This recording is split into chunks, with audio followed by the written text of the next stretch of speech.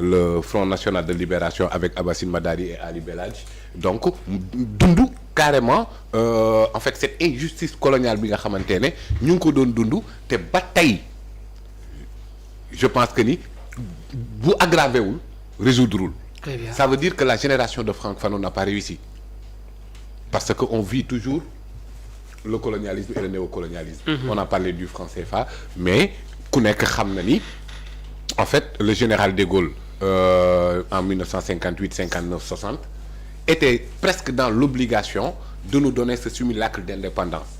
Mais avec les réseaux de Jacques Foccart, le bras armé de Jacques Foccart Elf, mais ils ont tout fait pour piller les ressources de l'Afrique. Donc je paraphrase un ouvrage de Franck Fanon, peau noire, masque blanc. En fait, on avait des dirigeants comme ça. ñoo xamante ne naam ay sénégalais lañ mën a làq ak yow wolof mais en vérité comme ni gouverneur de l'AOF doon def rek noonu lañ doon dox et cette quête aussi d'identité il faut que ñu résoudre ko définitivement. Nous sénégalais par exemple on a vécu 3 nationalités différentes nekkoon nañ ay français nekkoon nañ ay soudanais avant d'être des sénégalais. Ce qui nous a placé dans ce que Amadou Hampâté Bâ appelle benn aventure ambiguë. Samba Diallo dans l'aventure ambiguë dafa nekkoon nit koo xamante ne dafa am ay culture yu bari yu dajaloo ci moom jusqu'à ce qu'il perde un peu son identité mais fii nii on vit un peu la même chose ki jàng français comme ñoom Aliou kenn du mën a waxate ak moom day xoju cravate vous savez nangam mais ki jàng arabe it noonu lay def. Il se comporte comme arabe. Kan mooy sénégalais bi. Lan mooy suñu identité culturelle ak lan mooy suñu réalité socio-culturelle bu ñu mënee am une société juste foog ñu delluwaat ci fondamentaux yooyu noonu parce que en fait ñi ngay wax avant la révolution française il y a eu la révolution Torodo avec Almami Souleymane Baal Almami Abdou Khadre Kane mais ñooñu boo delluwaatee ci ñoom aussi ils sont issus de Pire donc d'obédience d'inspiration islamique oui c'est bien loolu mooy gën ci projet de société mais aussi parfois day embrasser waale benn culture arabe alors que ñun fii nii dañoo fee amoon ay réalités yu juste moment boobu noonu Almami Souleymane Baal doon xeex pour la révolution au nord jiitewu ko Almami Abdou Khadre Kane moo fa jiite waaye justice dafa amoon. Transparence dans la gestion des affaires publiques dafa amoon. Limitation des mandats dafa amoon. Une constitution boo xamante ne digne de 21e siècle boo demee dans l'empire du Mali avec la charte du Kouroukan Fougate da nga ko fay retrouver waat. La République lébu effectivement avec les penc. Bien sûr. Et pourtant yooyu ay organisation sociale yoo xamante ne foog ñu delluwaat ci suñu fondamentaux yooyu noonu gëm suñu bopp avant de parler maintenant de la souveraineté. xam nga donc souveraineté. Pour man foofa lay tàmbalee bay saweewu tànk boobu noonu léegi nag Occident am na lu baax parce que ce n'est pas pour rien qu'ils sont développés. Donc li nga xamante ne lu baax la dañ koy jëli mais seulement lu baax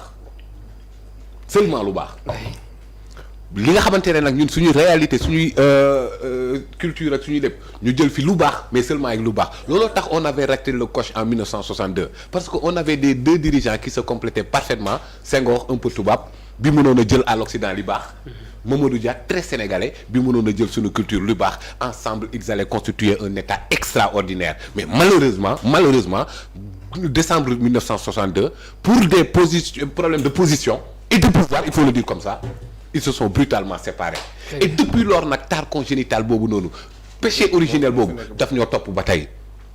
ba Sénégal tey bu ñu nee Albourakh jiiteel sans limite danaan wuy Pa Assane mooy sama nit moom laay àndal Pa Moussa du sama nit fële laa koy sànni et non à tous les Sénégalais compétents ñu boole leen pour tabax benn réew.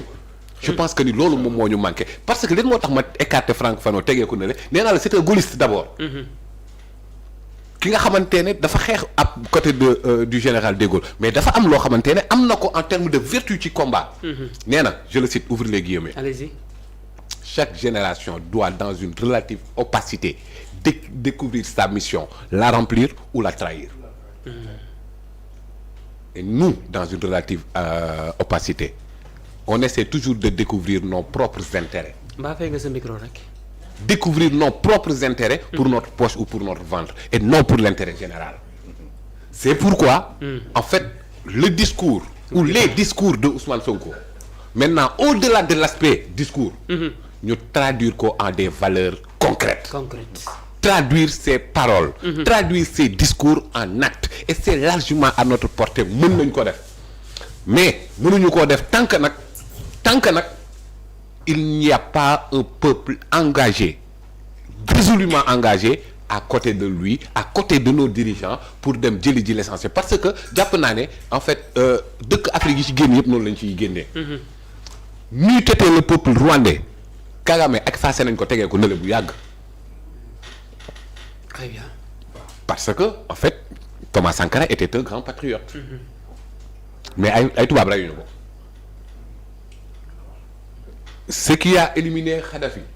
Non, la révolution n'est pas partie de Paris mais de Benghazi. Peut-être l'opération Serval, enfin Harmattan à l'époque ñëw na apporter un coup de pouce mais c'est après une contestation libyenne. Et pour paraphraser encore l'autre, l'ennemi de l'Afrique, ce sont les Africains. D'accord. Nañu tugal suñu bopp maintenant bon. Assane bi Franck Fanon nous rappelle qu'un peuple avance avec une âme guérie. Oui. Youssou Ndour wax na ko. Assane du bi de. bañ a toog di fàtte la ñu defoon maam ya. Oui. saxal du nekk ci lu dul fayantoo. bu ma sañoon Africa benn moo koy jiite. ñu boole suñuy alal ak suñuy doole jox ko. boo ma waxee Franck Fanon rek ma andil la Sénégalais bu ko wax.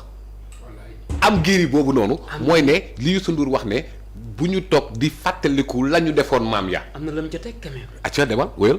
Xaadim ay ca. Xaadim mooy liir. taal nga sa micro. La désalération est une politique publique, un projet national, une condition de la souveraineté.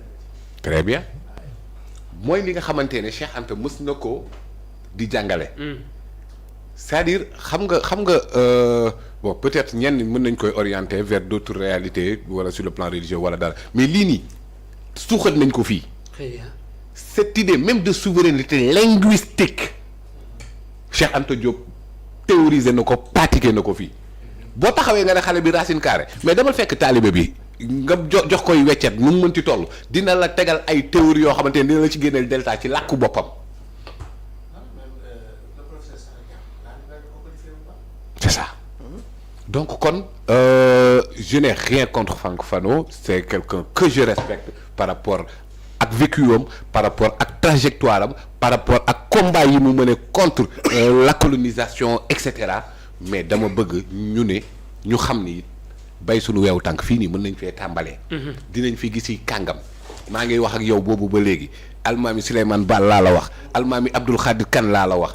Cheikh Anta Diop laa la wax Youssou Ndour laa la wax professeur Bachir Diagne laa lay wax ñooñu loolu ñëpp tëgg nañ loo xamante ne jàpp naa ne Sénégal buñ ci taxawee dinañ am la voie du salut c'est-à-dire la souveraineté parce que suñu maam yi nekkuñu woon ci importation yu bari ah. dañ doon béy di dundee léegi nag en fait ñi nga xamante ne tey ñun ñu mën a dem ba ay dëkk ci àdduna ñu mën leen a dundal ci suñu ay richesse. Très bien. suñu ay ressources. mën nañoo dundal suñu bopp xam nga ñu ngi doon wax sànq que xaalis mu ngi wax que ni campagne agricole lii du politique agricole campagne agricole la jeudi bii nii ñëwuma woon ci digg penc bi maa ngi woon quelque part dans les Émirats arabes unis milieu désert ñu may bon ki ma àndaloon sama xarit bi ma àndaloon daf ma doon wan entreprise am yi ak ni mu mel ci milieu désert maanaam eaux usées comme ni ngay gisee fii ay beeda aan ak ay marisi ni mu mel yoon yu taay ak yooyu mu ne moom loolu lay récupérer. Très bien.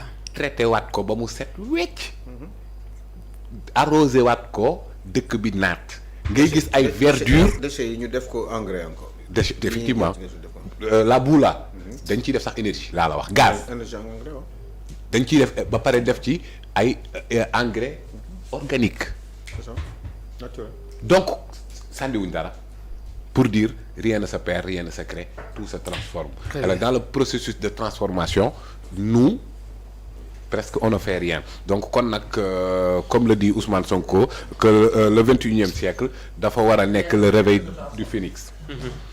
Que je le cite encore partout en Afrique doit souffler un vent nouveau de liberté, de démocratie, de souveraineté. Le 21e siècle doit être africain et siffler le réveil du phénix endormi depuis trop longtemps. Très bien. jërëjëf.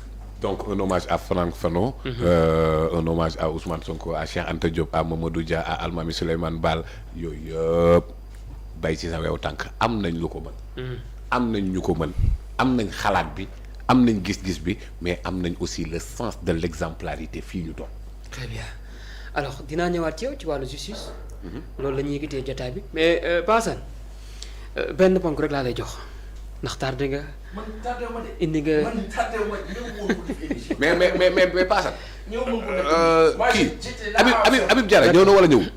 Habib Diarra. ñëw na wala ñëwul. dafa war a football Sunderland dernier match. waaw mais xam nga fédération bi tamit nañ am fulla ak fayda quoi lu tax mënuñ ci dara. ah c'est la CAF qui devait combattre. FIFA neewoon na leen jox leen deadline le 15 na yëpp ñëw. ah FIFA. non du CAF. non CAF moo nekk. mais suñu fédération moo amul autorité. Habib ça fait des mois qu'il n'a pas joué donc le fait mu jouer benn match baax na ci moom avant mu. mais est-ce que tu sais que Habib bu joué match bi Sunderland. remise à pied la rééducation boobu mënu ko def ci tanière bi. yow Sénégal dans 4 jours lay football incha allah. waaw léegi Habib boo ko amee par exemple match bi muy def ni Sunderland ça lui permet mu duggaat ci benn bi baax na. mais passé est-ce que xam nga ñi nga bokkal poule yëpp acclimaté wu nañ bu yàgg foofu. grave. c'est-à-dire Sénégal tamit am ngeen excès de confiance de. c'est des gens qui vivent en Europe. Assane Diao Assane Diao. Assane Diao oublie-le c'est fini.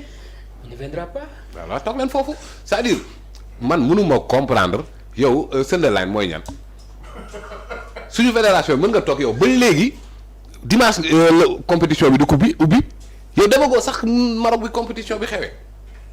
non sérieux quand même. ah micro bi tàkkul. pour ma fédération bi des nañ am poigne. entraîneur bi des na am autorité. non bon après nag yaa bismillahi rahmaani rahim asalaamaaleykum wa rahmatulah taala wa barakaatu. Pape yow ñëw moon pour def émission. dama lay wax rek. non lañ wax ci pas ça. kii nu mu tuddati fi ngeen